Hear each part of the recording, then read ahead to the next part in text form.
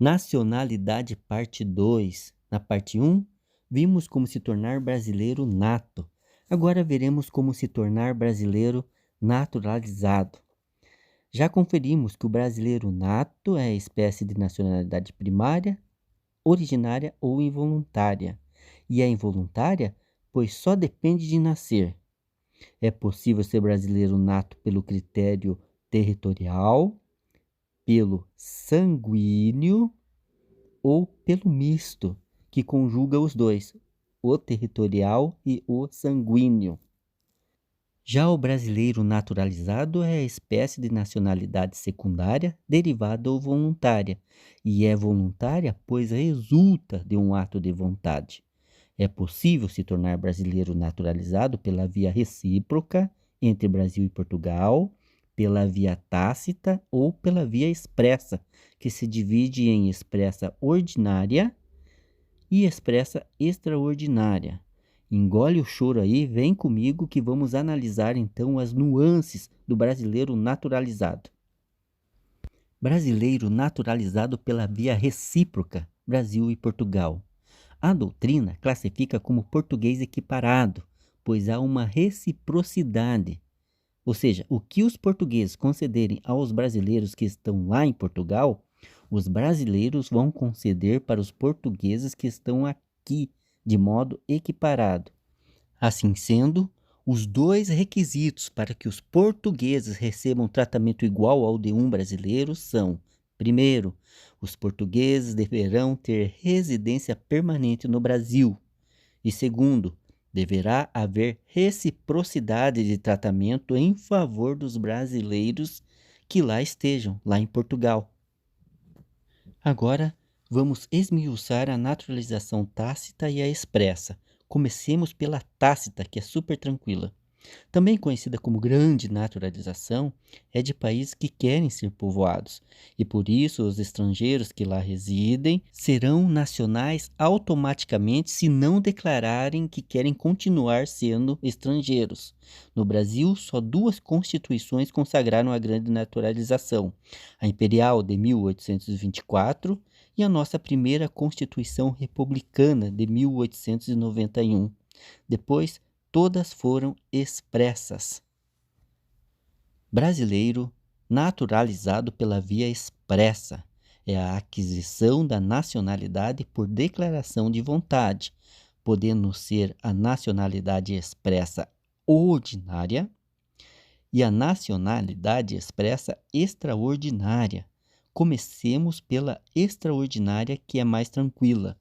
Para ser brasileiro naturalizado pela via expressa extraordinária, há 4 requisitos somados: ter mais de 15 anos de residência ininterrupta no Brasil, sendo que esta residência não será prejudicada devido à ausência temporária, como por exemplo uma viagem; ter capacidade civil, não ter condenação na esfera penal e requerer a sua naturalização.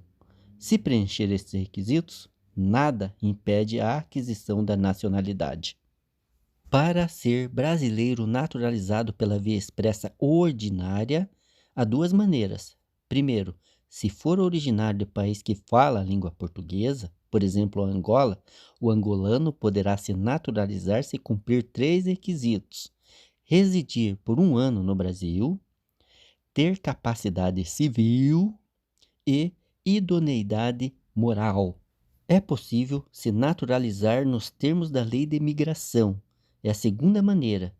E nesses termos da lei há 2 hipóteses, 2 situações. Primeira, poderá ser naturalizado se cumprir 4 requisitos. Primeiro, residir no Brasil por pelo menos 4 anos. E essa residência de 4 anos pode reduzir para 1, se o naturalizando tiver um filho ou cônjuge brasileiro e não estar dele separado legalmente ou de fato no momento de concessão da naturalização. E também essa residência de 4 anos pode reduzir para 2, se o naturalizando houver prestado ou poder prestar serviço relevante ao Brasil, ou ser recomendado por sua capacidade profissional, científica ou artística. 2, capacidade civil, né? 3, falar português.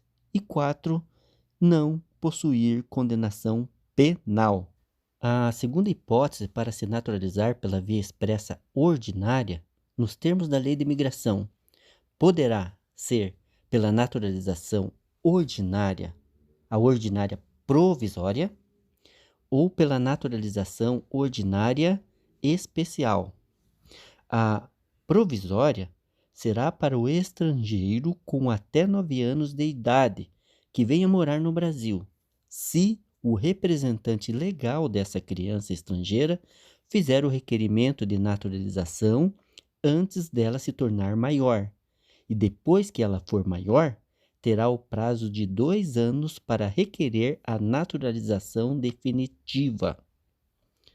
Já a naturalização especial será concedida ao estrangeiro que for cônjuge há mais de 5 anos de integrante do Serviço Exterior Brasileiro em atividade, ou de pessoa a serviço do Estado brasileiro no exterior, ou que seja ou tenha sido empregado em missão diplomática ou em repartição consular do Brasil por mais de 10 anos ininterruptos.